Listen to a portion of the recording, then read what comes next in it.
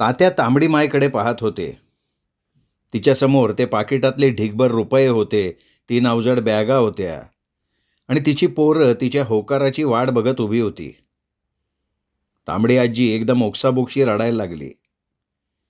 आपल्यासमोर ती मानीबाई रडताना बघून तात्यांना कसं तरी झालं. आजी रडत म्हणाली, तात्या तुला ठाऊक नाही, तुझ्या बायजाला दिवस गेल्यावर एकदा ती माझ्या अंगणात येऊन म्हणाली की तांबडी माय तू माझं बाळणपण करशील ना ग. आणि मी तिला वचन दिलं होतं की बायजा तुझं पोर माझ्याच हातून जन्माला येईल. तात्या मी ते वचन पुरं नाही करू शकले. तुझी बायजा निघून गेली, पण तिचं ते ऋण तू माझी पोर अशी दूर नेऊन फेडलंस रे. हे ऐकताच तात्या भयंकर गलबलले. आजी म्हणाली, तात्या माझी पोर नीट आहे तर ती केशव आणि ती माझ्या पाया पाडायला का नाही आले रे. कुमठ्याची ही रीत त्या केशवला माहिती नाही का. मग याचा अर्थ माझी लता. तात्या एकदम चिडले आणि म्हणाले, का ग, का यावं केशवनी तांबडी माय तुझ्या दारात. तो रीतीप्रमाणे लताला मागायला आला तेव्हा तू वेळोवेळी त्याचा अपमान केला. मी केशानी अगदी सगळ्यांनी त्याला इथे यायला सांगितलं होतं, तर तो म्हणाला तांबडी मायच्या हट्टामुळे मला असं लताला पळवून आणायला लागलं, नाही तर अख्ख्या कुमठ्याला मी खिरीचं जेवण घातलं असतं आणि तिला वाजत गाजत माझ्या घरी घेऊन आलो असतो. असं लपवून मी तिच्याशी लग्नच केलं नसतं. आणि त्या रागामुळे तो आला नाही. आणि मी तरी त्याला कुठल्या तोंडानं ये म्हणून सांगणार ग. तांबडी माय, हे बघ लता माझी पोर आहे. मी केशवचं घरदार बघितलंय आणि मग तिकडे तिचं लग्न लावलेलं आहे. मी आधीच केशवला सांगितलं होतं की मला जर पटलं नाही तर मी लताला घेणार आणि परत कुमठ्याला जाणार. पण खरं सांगतो तांबडी माय, तिकडे केशवचा थाटमाट बघून मला वाटलं की आपल्या मारुतीची एक तरी पोर राजाची राणी होईल. हे बघ, केशवला लतासारख्या हजारो पोरी मिळाल्या असत्या, पण तो निघाला अस्सल कुमठेकर. आपल्या प्रेमासाठी खालमानेनं सगळे अपमान सोसत बसला तो. हे ऐकून आजी खाली मान घालून गप्प बसली, पण त्यावेळी तिच्या मनात आलं की हे सगळं खरं असेल तर लता आपल्याला काही न सांगता अशी सोडून कशी गेली. आणि तेव्हाच नली म्हणाली, माय, केशवा लतीला म्हणाला होता, तू जर माझ्याबरोबर मुंबईला आले नाहीस तर मी समुद्रात जीव देईन, अगदी माझ्या आईवडिलांसारखा. म्हणून लताबाई तशी गेली ग. हे ऐकताच तांबड्या आजीच्या डोक्यावरचं सगळं चिंतेचं ओझं क्षणार्धात दूर निघून गेलं. ती नलीला म्हणाली, नले जा, तात्यानं गरम चहा कर, फार दमलेत तात्या. यावर तात्या हसले आणि म्हणाले, मी कधीच येणार होतो, पण पेदी आणि केशा मला म्हणाले तात्यांना तरणा कोंबडा करूनच आता पाठवायचं. हे ऐकताच तांबडी आजी हसली आणि तात्यांच्या तोंडून अनाईसे निघून गेलं. तांबडे माय, 4 दिवसांनी आपण सगळ्यांनी मुंबईला जायचंय लताकडे. माझ्याबरोबर नाऱ्याची पोरं सुद्धा येणार आहेत. तू ये, स्वतःच्या डोळ्यानं सगळं बघ आणि निवांत नंतर परत ये. आणि आजी खुशीनं होकार देत हसली. त्या रात्री सगळ्या बॅगेतल्या भेटवस्तू, ते दागिने, हे सगळं बघून आजी सुद्धा हरखून गेली होती. तिने कान देऊन ऐकलं की रूपाच्या घरातून सुद्धा हसण्या खिदळण्याचा आवाज ऐकू येत होता. तात्यानी नंतर आपल्या बॅगेतनं 2 दारूच्या बाटल्या काढल्या, त्या तांबड्या मायला देत ते म्हणाले, हे बघ, हे केशवनं मुद्दाम तुझ्यासाठी दिलंय. त्यांनी पहिल्यांदा निलेकडे दिलेल्या बाटल्या तू फेकून दिल्या असणार. यावर तांबडी आजी हसली. नलिनी जेव्हा मिठाईचा पुडा उघडला तेव्हा ती म्हणाली, नले, रावणापुढे थोडी मिठाई ठेव, त्याला म्हणाव खा, लतानी पाठवली आहे. हे ऐकून नली माझघरात पळाली. तात्यानी नंतर सावकाश चहा घेत केशव, धोडीबा, पेदू, बाळू, रहीम, मंगेशचा म्हातारा या सगळ्याबद्दल आजीला सांगितलं. ममईला काय काय मजा आहे ते सुद्धा सांगितलं आणि म्हणाले, तांबडे माय, लताला ठाऊक नाही, पण केशवनं सांगितलंय की ह्यापुढे नलीला आणि सोनाला पेडावर फळं विकायला पाठवायचं नाही. तो दर महिन्याला एक ठराविक रक्कम तुला पाठवणार आहे आणि यापुढे तुझ्या घरची सगळी जबाबदारी केशवनी जावई या नात्यानं घेतली आहे. हे ऐकताच तांबडे आजीचे डोळे पाण्यानं भरून आले. तेवढ्यात रूपा सोनसाखळी घालून हातात सोन्याच्या बांगड्या, कर्णफुलं, अंगठी, पैंजण घालून आली. तिच्या हातात जेवणाचं ताट होतं. रूपाच्या मागोमाग मुंजासुद्धा आला. रूपा आजीला लाजत हसत आपले दागिने दाखवत होती. मुंजा हसत हसत तात्यांना म्हणाला, तात्यानो, रूपाला लत्यानं अगदी नवरी करून टाकले की हो. तेवढ्यात नेहा, नली, सोनासुद्धा आपापले दागिने घालून आल्या. नलीने आपल्या मायेच्या गळ्यात लतानं पाठवलेली सोनसाखळी घातली तेव्हा आजी नको नको म्हणत ती काढायला लागली, पण रूपानं तिचा हात धरला आणि ती गंभीरपणे म्हणाली, नको माय, काढू नकोस. माय, ही नुसती सोनसाखळी नाही आहे, तर ही लता आणि केशवची माया आहे. हे ऐकताच तांबडे आजीने आपले हात खाली केले. रघु यशाला घड्याळ, सोनसाखळी आणि अंगठ्या मिळाल्या होत्या. त्या रात्री त्या गरीब मारुती पोस्टमनच्या घरात दिवाळी दसरा उगवला होता आणि या सगळ्या गोष्टींना कारण तो केशव होता. तात्यांनी नंतर सगळ्यांकडे समाधानाने बघितलं. रूपानं त्यांच्या हातात जेवणाचं ताट ठेवलं तेव्हा आजी म्हणाली, तात्यानो थांबा, थोडी देते. तात्या म्हणाले, नको ग तांबडी माय, मी बॅगेत 4 बाटल्या आणल्या आहेत. आता इतक्या उशिरा नको. उद्या मी नारोबरोबर घेणार आहे, पण जेवायला मात्र इथे येणार आहे. तांबडी आजी परत एकदा हसली. त्या रात्री तात्या आजीकडे वस्तीला राहिले. सकाळी आपली बॅग आणि लता केशवचा अल्बम घेऊन ते आपल्या घरी गेले. खूप दिवसांनी ते आपल्या घरी आले होते. आपलं ते शांत घर त्यांना एकदम खायला उठलं. माझघरातली थंड चूल कधीचीच विझून गेली होती. तेवढ्यात तात्यांना अचानक भास झाला की कोणीतरी त्या माझघरात आहे. तसे ते आत पाठ घेऊन बसले आणि म्हणाले, बायजा, मी आता पूर्ण सुखी आहे ग. आणि जणू बायजाशी बोलल्याप्रमाणे त्यांनी केशव, लता, केशा आजी याबद्दल सगळं तिला सांगितलं आणि शेवटी म्हणाले, मी आता कायमचा ममईला केशवजवळ जाऊन राहणार आहे. माझी चिंता मात्र करू नकोस. कोणाचा तरी मंद हसण्याचा आवाज त्यांनी ऐकला आणि उठून त्यांनी तोंड धुतलं, आंघोळ आटोपली आणि नवीन शर्ट पॅन्ट घालून आपली बॅग घेऊन ते सरळ पेडावर जाऊन सिगरेट ओढत बसले. तात्यांना येणाऱ्या जाणाऱ्या कुमठेकरांनी अजिबात ओळखलंच नाही. तसे मग तात्या कंटाळले आणि त्यांनी जाणाऱ्या एका कुमठेकराला हटकून म्हटलं, अरे रांडेच्या माद्या, 4 दिवस मी कुमठ्यात नव्हतो तर माझी ओळख विसरलास का रे? हा आवाज ऐकताच माद्या तात्या म्हणून जो उडाला आणि हा हा म्हणता तात्या तरणेहून परत आले म्हणून पेडावर कुमठेकरांचीही जत्रा भरली. नंतर तात्यांनी सरपंच शेषाद्रींना, विठ्ठल भटांना धावत येताना बघितलं. तेव्हा तात्या आपल्या स्वच्छ सरळ कवळीतून हसले. आले आले शेषाद्रींनी ओरडून त्यांना विचारलं, तात्यानू, कुठे नाहीसा झाला होता आणि लता कुठे?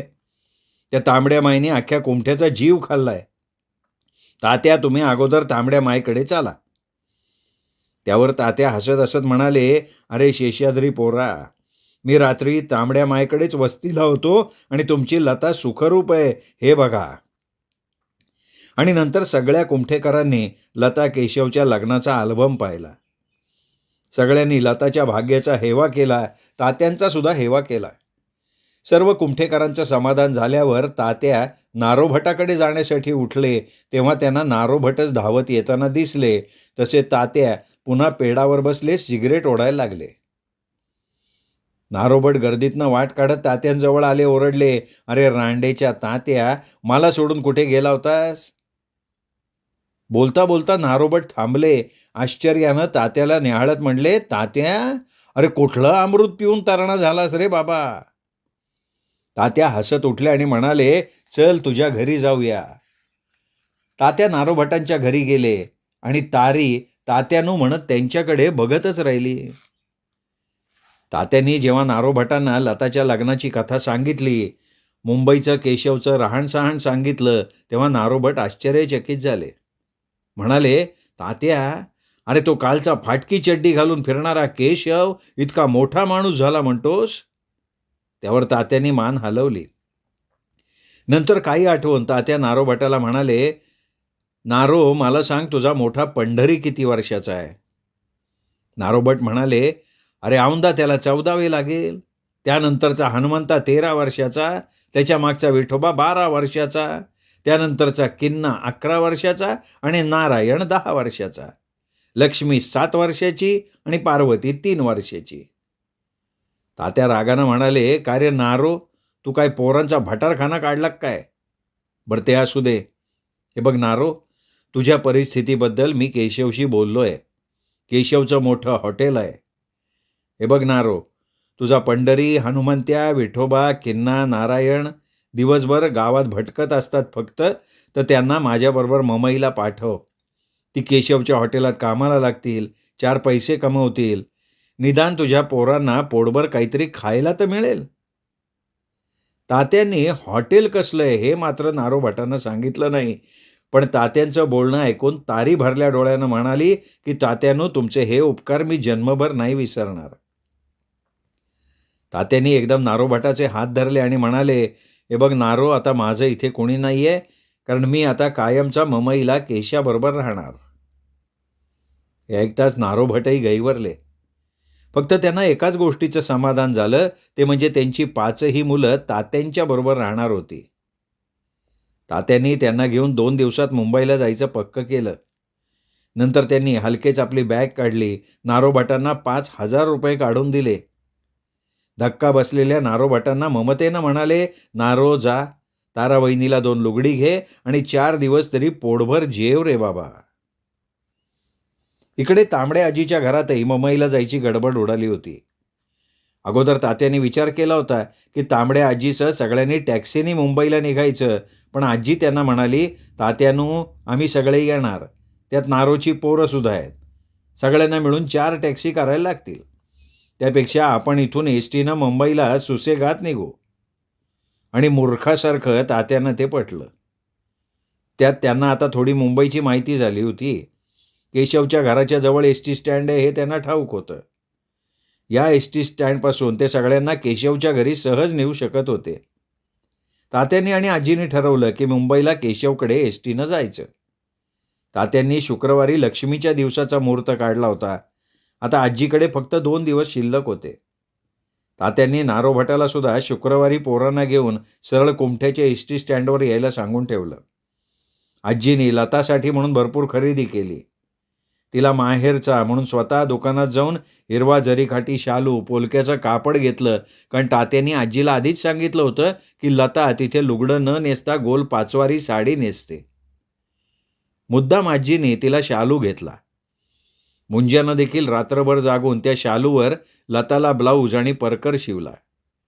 आजीने नंतर लतासाठी म्हणून आपली बोरमाळ घेतली. 4-5 पितळी डबे, 2 कळश्यासुद्धा घेतल्या. हे सगळं बघून नली एकदम म्हणाली, की "माय, आपण हे पितळेचे अवजड डबे आणि कळशा कशा काय घेऊन जायच्या मुंबईला?" आजी भरल्या डोळ्यानं म्हणाली, "पोरी, कशाही नेऊ, पण नेऊ, कारण ही कुमठ्याची रीत आहे." मग नली गप्प झाली. आजीने ती सगळी भांडी एका गोणपाटात भरली. झाडावरचे नारळ काढले, ते दुसऱ्या गोणपाटात भरले आणि झाडावरची ताजी फळं काढून एका टोपलीत व्यवस्थित मांडून त्या टोपलीवर गवत घालून ती टोपली व्यवस्थित झाकली. रूपाला आणि मुंज्याला बोलवलं. केशवसाठी आणि लतासाठी घेतलेल्या अंगठ्या दाखवल्या.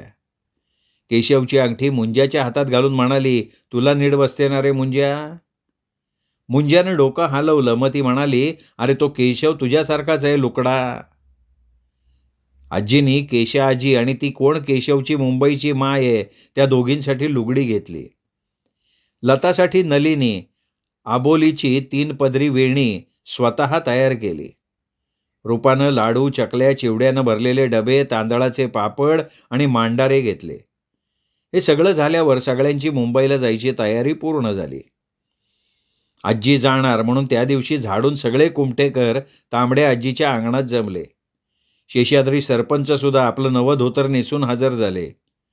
आजीला बघून ते एकदम भावनावश होऊन म्हणाले, "तांबडी माय, तू इथली काही काळजी करू नको.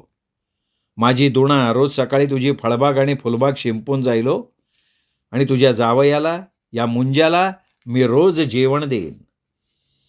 तसं गर्दीत बसलेल्या दुणाकडे बघून आजी म्हणाली, "दुणे, माझ्या बागा नीट शिंप, झाडावरची फळं तोडू नको. पण खाली पडलेली फळं घरी ने आणि माझ्या मुंज्या जावयाला काट्याची लहान मासळी आणू नको. चांगली मोठी मासळी आणून त्याला वाढ. आणि शेषाद्री, आमच्या मुंज्याला रात्री जेवणाच्या वेळी काजूची फेणी लागते हे लक्षात ठेव.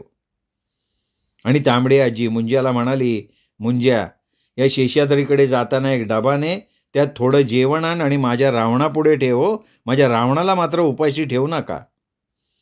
आजीने मुंज्याला हजारो सूचना दिल्या. दुणा कसली मासळी आणत होती ते तिला आल्यावर सांगण्यासाठी तिने मुंज्याला बजावलं. तसंच दुणा बाग शिंपताना तिच्याकडे लक्ष ठेवायला सांगितलं. तांबडी आजी हे सगळं सांगत असताना सरपंच शेषाद्री एकदम घामाघूम झाले. पुढे येत आजीला म्हणाले, तांबडे माय, अगं मी स्वतः दुणाकडे लक्ष ठेवीन. हे ऐकताच तांबड्या आजीसकट सगळे कुमठेकर हसले. खजील होऊन शेषाद्री मनात म्हणाले, आपल्याला तांबड्या आजीच्या पुढे नेहमी असा घाम का सुटतो बरं. शेषाद्री या विचारात असताना आजी मुंबईला जाण्यासाठी सुशेगात बाहेर पडली. तात्यांनी अगोदरच एसटीत येऊन सगळ्यांसाठी जागा राखून ठेवल्या होत्या. कंडक्टरला पुन्हा पुन्हा त्या जागांबद्दल सांगून ते निवांतपणे पुढच्या सीटवर टेकले. त्यांनी तपकिरीची बाटली काढली. वास्तविक त्यांना आपल्या स्वतःच्या जबाबदारीवर या सगळ्यांना मुंबईला सुखरूप न्यायचं म्हणून चिंतेने थोडंसं ग्रासलेलं होतं. त्या तांबड्या माईचा आणि नारोच्या पोरांचा कुठे पत्ता नव्हता. आता हळूहळू मुंबईला जाणारे कुमठेकर एसटीत चढायला लागले. तसे तात्या राखून ठेवलेल्या सीटकडे वळून वळून बघताना वैतागून गेले. या कोणाचा अजूनही पत्ताच नव्हता. तात्यांची 4 वेळा तपकीर ओढून झाली. 5व्यांदा नाकात तपकीर कोंबत त्यांनी खिडकीतनं बघितलं तर त्यांना नारोभट आणि त्याची पोरं येताना दिसली. नारोच्या हातात एक पिशवी होती. त्या सगळ्यांमागनं तारी एका पोरीचा हात धरून आणि दुसरीला कडेवर घेऊन रडत रडत येत होती. ही नारोची मंडळी एसटी जवळ आली आणि नारोची पोरं पंढरी, विठ्या, हनुमंत्या आणि किन्ना एकमेकांना ढकलत एसटीत चढली. तेव्हा तात्या त्यांच्यावर ओरडले, हळूहळू या. नारोची पोरं पटापटा एसटीच्या एका खिडकीत जाऊन बसली. त्याचवेळी नारोभट तारी एसटीच्या जवळ पोचले. तारीने आपल्या कडेवरच्या पोरीला खाली मातीत बसवलं आणि ती आपल्या पोराच्या एका खिडकीजवळ जाऊन डोकं बडवून रडायला लागली. लक्ष्मीनी, पार्वतीने एकदम भोकाड पसरलं. मग नारोभटाचा संयम संपला आणि ते ओरडले, तारे, पोरं मेल्यासारखी काय रडतीयेस. झालं, तारी चावताळली. ती पटकन तिथल्या मातीत बसली. दोन्ही हातांना माती उधळत काढली. तुम्ही तोंड सांभाळून बोला. माझ्या पोरांना तुम्ही मेलेली पोरं म्हणता. तुम्ही आजपर्यंत आमच्यासाठी काय केलं, तो काय घेऊन दिलं माझ्या पोरांना ते अगोदर सांगा. हा हनुमंत्या झाला तेव्हा मी 4 आळवाचे आणि डिंकाचे लाडू खायला मागितले, दिले होते का तुम्ही मला? नाही ना. मग माझ्या पोरांना मेल्या म्हणायचं काम नाही, सांगून ठेवते. हे सगळं ऐकून नारोभट तारीच्या कटकटीनं संतापले. ते आणि तारी एकमेकांची उणीधुणी काढत भांडायला लागले. तसे तात्यांच्या समोरचा कुमठेकर म्हणाला, तात्यांनो, या भांडणात कोण जिंकणार. पण तात्या काही बोलायच्या आधीच खिडकीजवळ बसलेला किन्ना आईकडे जायला उठायला लागला. मग तात्या त्याच्यावर खेकसले. किन्ना, आता बाहेर जाण्यासाठी उठू नको, नाही तर मुंबईपर्यंतचा प्रवास तुला उभ्यानी करावा लागेल. किन्ना बदकन आपल्या जागेवर खिडकी गच्च धरून बसला आणि खिडकीतनं आपल्या भांडणाऱ्या आईबाबांकडे बघायला लागला. अचानक नारोभटाच्या लक्षात आपली चूक आली आणि तारीला तसंच बडबडत सोडून ते तात्यांकडे वळले आणि आपल्या हातातली पिशवी खिडकीतनं तात्यांकडे देत म्हणाले, तात्या, ह्यात पोरांचे कपडे आहेत. माझ्या पोरांना सांभाळ, अजून ती लहान आहेत. तात्या, फक्त तुझ्या भरवशावर मी त्यांना पाठवतोय हो केशवकडे. तात्या काय बोलणार तेवढ्यात त्यांना दुरून कुमठेकरांच्या बोलण्याचा आवाज ऐकू आला. तसं त्यांनी आवाजाच्या दिशेनं बघितलं तर तांबडी आजी महाराणीच्या डावलात येत होती. तिच्या आजूबाजूला कुमठेकर येत होते. 2 हमालांनी डोक्यावर सामानानं भरलेली गोणपाटं घेतली होती. सगळ्यात पुढे शेषाद्री सरपंच येशा आणि रघूचा हात धरून चालले होते. त्यांच्या मागून मुंज्या आपलो राघो माधवचा हात धरून चाललेला होता. पांडुरंगाच्या गंगाधरनं फळाची टोपली घेतली होती. बाळकृष्ण भटांनी सामानानं भरलेल्या पिशव्या हातात घेतल्या होत्या. तांबडी आजी या सगळ्यांच्या मध्ये होती. तिच्या मागे रूपा, नली, सोनी, नेहा, काही कुमठेकरणी, काही तरुणपोरी येत होत्या. तांबडी आजी एसटीजवळ पोचली. शेषाद्रीने हमालाला सगळं सामान एसटीवर चढवायला सांगितलं. येशा आणि रघूचा हात सोडून त्यांनी सन्मानपूर्वक तांबड्या आजीला पहिल्यांदा एसटीत चढवलं. तिच्या पाठोपाठ रघू, येशा चढले आणि तात्यांजवळ बसले. तात्यांनी खूण करून तांबड्या आजीला राखून ठेवलेल्या सीटकडे बोट दाखवलं. ती त्या सीटवर जाऊन बसली. तिच्याजवळ सोनी नेहा बसल्या. त्यांच्या मागे रूपा नली बसली. राधो माधो रूपा आणि नलीच्या जवळ. मुंज्या खिडकीतून रूपाकडे राधो माधोकडे बघत होता. क्षणभर त्याला वाटलं की आपण यांच्याबरोबर जायला हवं होतं. त्याच विचारांनी त्यांनी डोकं खाली घेतलं. तेवढ्यात महादेवा ड्रायव्हर आणि लाल्या कंडक्टर एसटीत चढले. तांबडी आजी महादेवा ड्रायव्हरला बघून ओरडली, "अरे रांडेच्या महादेवा, तू गाडी चालवणार का रे?" हे ऐकताच महादेवा ड्रायव्हर तांबड्या आजीकडे बघून दचकला. त्यांनी लाल्या कंडक्टरला जवळ बोलवलं आणि म्हणाला, "तांबड्या आजीचं तिकीट फाडू नको रे बाबा." वास्तविक हा महादेवा कुमठ्याच्या भाऊ कामतचा भाचा. त्याच्या बारशाला तांबड्या आजीने आपल्या जुन्या लुगड्याची 4 टोपरी आणि आंगडी शिवली होती. 4 लंगोट आणि एक कानटोपी सुद्धा शिवून त्याला बारशाला घातली होती. ज्या वेळी कधी कुठे तांबड्या आजीला महादेवा भेटला की आजी त्या आंगड्याची जरूर आठवण करून द्यायची. आत्तासुद्धा महादेवाला बघून ती एकदम म्हणाली, "अरे महादेवा." आणि महादेवाच्या लक्षात आलं की आता आंगडं पुराण सुरू होणार. तशी त्यांनी एसटी जोरात सुरू केली. एसटी थोड्या अंतरावर गेली तशी तांबडी आजी ओरडली, "अरे रांडेच्या महादेवा, एसटी थांबव, मला काहीतरी आठवलंय." महादेवानं गपकन एसटी थांबवली तशी आजी जोरात म्हणाली, "अरे पुता महादेवा, तू माझा आंगडा पूत आहे. एकदा तू लहान असताना तुला ढाळ लागली. तुझी म्हातारी तुला घेऊन धावत माझ्याकडे आली तेव्हा तुझा कुला हागून हागून लाल झाला होता. त्यावेळी मी महादेवा माझ्या झाडावरचं एवढं मोठं डाळिंब फक्त तुझ्यासाठी तोडलं आणि त्याची साल आमच्या गंगीच्या दुधात उघडून तुला चाटवली. तेव्हा कुठं तू लंगोट घाण करायचा थांबलास. आणि एकदा बरं का." तेवढ्यात तात्या लगबगीनं उठले, आजीकडे गेले, म्हणाले, "तांबडी माय, मी एकदा महादेवला केशाकडे बोलवतो. नंतर तू लहानपणी काय काय पराक्रम केले ते त्याला नीट बसवून सांग. आत्ता मात्र त्याला एसटी चालवू दे." असं म्हणून तात्याने लाल्या कंडक्टरला खूण केली. लाल्यानं घंटीची दोरी ओढली. महादेवानं जोरात एसटी चालू केली. त्यावेळी आपल्या जागेकडे येणाऱ्या तात्यांना स्वतःचा तोल नाही सावरता आला. ते पुढच्या सीटवर बसलेल्या गुबगुबीत नाकात सोन्याची चमकी घातलेल्या कुमठेकरीच्या मांडीवरच जाऊन बसले. म्हणजे पडले हो. ती नथ घातलेली कुमठेकरीण तात्यावर चिडली. ती तात्यानं ढकलून देत किंचाळली, "मेल्यानो तात्या, तू तरणा झालास म्हणून माझ्या मांडीवर येऊन बसतो का रे? हां? अरे माझा घरकर अजून माझ्या मांडीवर बसला नाही आणि तू रे रांडेच्या. आत्ता जर तू धोतर नेसला असतास ना तर धोतर फेडून तुला सगळ्यासमोर नागडा केला असता." हे ऐकून आजी सकट एसटीतले सगळे हसले. तात्या स्वतःला सावरत उभे राहिले आणि हात जोडून तिला म्हणाले, "माझी आई, मी चुकलो, मला माफ कर." हे म्हणत असताना बिचाऱ्या तात्यांचा पुन्हा एकदा तोल गेला. ते त्या कुमठेकरणीच्या गळ्यातच पडले. "मेल्या रांडेच्या तात्या," असं म्हणून ती तात्यांना लोटून उठली आणि तिने तात्यांच्या शर्टाला मागून एखाद्या मेलेल्या उंदराला धरावं ना तसं पकडलं. हे बघणाऱ्या आजीला लक्षात आलं की आता प्रसंग बाकाय. ती उठली. त्या कुमठेकरणीच्या हातातून तिने कसंबसं तात्यांना सोडवलं आणि म्हणाली, "तात्या पळ." तात्या आपल्या जागेवर पळत सुटले. त्या कुमठेकरणीला आजीनी, लालू कंडक्टरनी कसं तरी समजावलं. हे करत असताना स्वतः दोनदा तांबडी आजी मुद्दाम त्या कुमठेकरणीच्या गाळ्यात पडली. त्यावेळी कुमठेकरणीला कळलं की तात्यांची त्यात चुकी नाही. मग तात्यांना शिव्या देत ती गप्प झाली. आजी हसत हसत आपल्या जागेवर बसताना ओरडली, "तात्यानो, आता उठायचं नाही. काय बोलायचं ते बसून बोला." या प्रवासात रस्त्यात जे जे काही खायला आलं ते सगळं खाणं घेऊन तात्यांनी सगळ्यांना खायला घातलं आणि नंतर निवांतपणे पान खात तपकी रोडत आपल्या जागेवर रेलून घोरायला लागले. लाल्या कंडक्टरनी एसटीचे दिवे मंद केले आणि एसटीतले ते सगळे प्रवासी आपापल्या जागेवर पेंगायला लागले. त्यावेळी नली आणि आजी मात्र जाग्या होत्या. आजीला सारखं वाटत होतं, आज पुन्हा आपण आपल्या दुसऱ्या मुलीच्या घरी जातोय. आपली चांगली लता आपल्या शकूसारखी आपल्याशी नाही ना वागणार. कारण आपल्या शकूच्या मनात आपल्याबद्दल एवढी आडी आहे याची जरासुद्धा कल्पना आपल्याला नव्हती. शकू आजीच्या शरीराचा एक भाग होती, पण त्याच शकूनं एखाद्या जनावरासारखा तिला डंख मारला होता. आपली शकू अशी का वागली आपल्याशी? आणि आजीला वाटलं आपण केशवशी इतकं उद्दामपणे वागलो आणि पुन्हा त्याच्याच दारात जातोय का, कशासाठी? लता, केशव हे दोघं आपल्याशी नीट वागतील ना?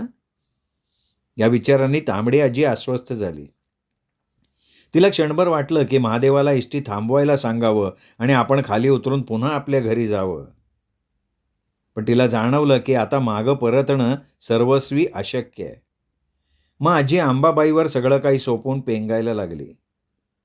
नलीची सुद्धा आपल्या आईसारखी परिस्थिती झाली होती. आपली शकुबाई ज्याप्रमाणे त्या सगळ्यांशी, विशेषतः आईशी वागली होती, त्यावेळी आपल्या मायचं तळमळणं तिने पाहिलं होतं. आत्ता कुठे मायची ती जखम भरत आली होती आणि पुन्हा ती लताच्या घरी निघाली होती. लतासुद्धा शकूसारखं वागली तर यामुळे नलीची झोप उडाली होती. तिला असं सुद्धा वाटत होतं की आपली माय ज्याप्रमाणे केशवबरोबर वागली त्याचा बदला लता आणि केशव माईशी वाईट पद्धतीनं वागून नाही ना घेणार. पण नलीलाही वाटलं की आपली लता साधी आहे, शकूसारखी नाही आहे. क्षणभर वाटलं आपण मायला घेऊन आपल्या घरी कुमठ्याला जावं. पण ह्या निरर्थक विचारांनी नली पेंगायला लागली. वळणारं सुसाट धावणाऱ्या समुद्रभूतासारखी तिला ती एसटी वाटायला लागली. महादेवाची एसटी सकाळी सकाळी मुंबईला पोचली तेव्हा 10:30 वाजले होते. या दूरच्या प्रवासानं सगळ्या प्रवाशांची अंगं आंबून गेली होती. एकटी तांबडी आजी मात्र आता आपल्याला लता भेटणार या विचारानं उत्साहानं सळसळत होती. एसटी स्टँडवर एसटी उभी करून महादेवा तांबड्या आजीजवळ आला. त्याने आदरानं मान वाकवली आणि तांबड्या आजीला म्हणाला, आजी, मी आणलं ना तुला नीट सुखरूप मुंबईत? आजी गैवरून म्हणाली, महादेवा, तुझ्या बारशाला तू माझ्या लुगड्याचं आंगडं घातलं होतंस तेव्हा तू माझा आंगडा पूत झालास. हा रुपया घे, चहा भजी जाऊन खा. रातभर गाडी चालवून पोरा दमलायस तू. जा गरम चहा पी बरं. महादेवानं तो रुपया घेतला, आपल्या कपाळाला लावला आणि तो तिथनं निघून गेला. तात्या सगळ्यांना घेऊन एसटी स्टँडवर उतरले तेव्हा बाकीचे प्रवासी एसटी थांब्यावर उतरून आपापल्या स्थळी निघून सुद्धा गेले होते. तात्या मात्र आपलं डोकं खाजवत त्या सगळ्यांना घेऊन उभे होते, कारण तात्यांनी एसटी स्टँड आणि केशवचं घर यामध्ये केलेला अंदाज सपशेल चुकला होता. केशवचं घर जरी इथून जवळ होतं तरी ते फुटपाथच्या त्या दुसऱ्या बाजूला थोडं लांब होतं. या सगळ्यांना केशवच्या घरापर्यंत कसं पोचवायचं हेच मुळी त्यांच्या लक्षात येत नव्हतं आणि सगळ्यात महत्त्वाच्या गोष्टीचा त्यांनी विचारच केलेला नव्हता. तांबड्या आजीच्या आणि रूपाच्या सामानाचा हा ढीग तिथे पडलेला होता. ते सामान या मंडळींच्या बरोबर केशवच्या घरी न्यायचं कसं? तात्यांनी काहीतरी विचार केला आणि एसटी स्टँडच्या बाजूला उभ्या असलेल्या टॅक्सीला हात केला. टॅक्सी जवळ आली, पण इतक्या जवळच्या स्थळी न्यायला एकही टॅक्सी ड्रायव्हर तयार होईना. तात्या वैतागले. ते तसेच एसटीच्या कॅन्टीनमध्ये चहा भजी खात बसलेल्या महादेवाकडे गेले आणि म्हणाले, महादेवा, मी या सगळ्या मंडळींना घेऊन केशवच्या घरी जातो, पण मुंबईच्या या जीव घेण्या गर्दीत मला त्यांनी आणलेलं सामान आत्ता तरी नेणं शक्य नाही आहे. मी तुझ्या त्या विश्रांती कक्षात ते सामान ठेवतो, नंतर केशव येऊन सामान घेऊन जाईल. त्यावर महादेव ठीक आहे असं म्हटला. मग तात्यांनी एसटी स्टँडवरच्या हमालाकडनं ती सामानानं भरलेली सगळी गोणपाटं त्याला आत नेऊन ठेवायला सांगितली. मग ते तांबड्या आजीच्या जवळ आले. तांबडी आजी चिडली, म्हणाली, तात्यानो, मी ते सगळं सामान लतासाठी आणलंय, महादेवासाठी नाही. ते सगळं घेऊन या चला. तात्या म्हणाले, हे बघ तांबडे माय, तुझं सामान कुठं जात नाही, ते मागून केशव आणेल. आधी आपण केशवच्या घरी तर कसं जायचं ते बघू. एसटी स्टँडच्या समोर एक गल्ली जात होती. ती गल्ली पार केली की लगेच पुढचा फुटपाथ असलेला मुख्य रस्ता लागायचा. तात्यांनी सगळ्यांना त्या गल्लीतनं मुख्य रस्त्यावर आणलं आणि मुंबापुरीच्या त्या गजबजलेल्या भव्य दिव्य दर्शनानं आजी सकट सगळे घाबरले. त्या सगळ्या भयंकर गर्दीला घाबरून तांबडी आजी, रूपा, नेहा, नली, सोनीनं सुद्धा तात्यांच्या शर्टाला घट्ट धरलं. तात्या चिडले. स्वतःला सोडून घेत म्हणाले, अरे अरे, जरा थांबा, मला सोडा, नाही तर मी मरीन गुदमरून. सगळ्यांनी क्षणभर तात्यांना सोडलं, पण पुढच्या क्षणी पुन्हा घट्ट धरलं. आता मात्र तात्या अक्षरशः गुदमरले. त्यांना कळेना या सगळ्यांच्या मगरमिठीतून सुटायचं कसं. त्याचवेळी एका जबरदस्त हातानं त्यांची कॉलर पकडली, तात्यांना मागे खेचलं.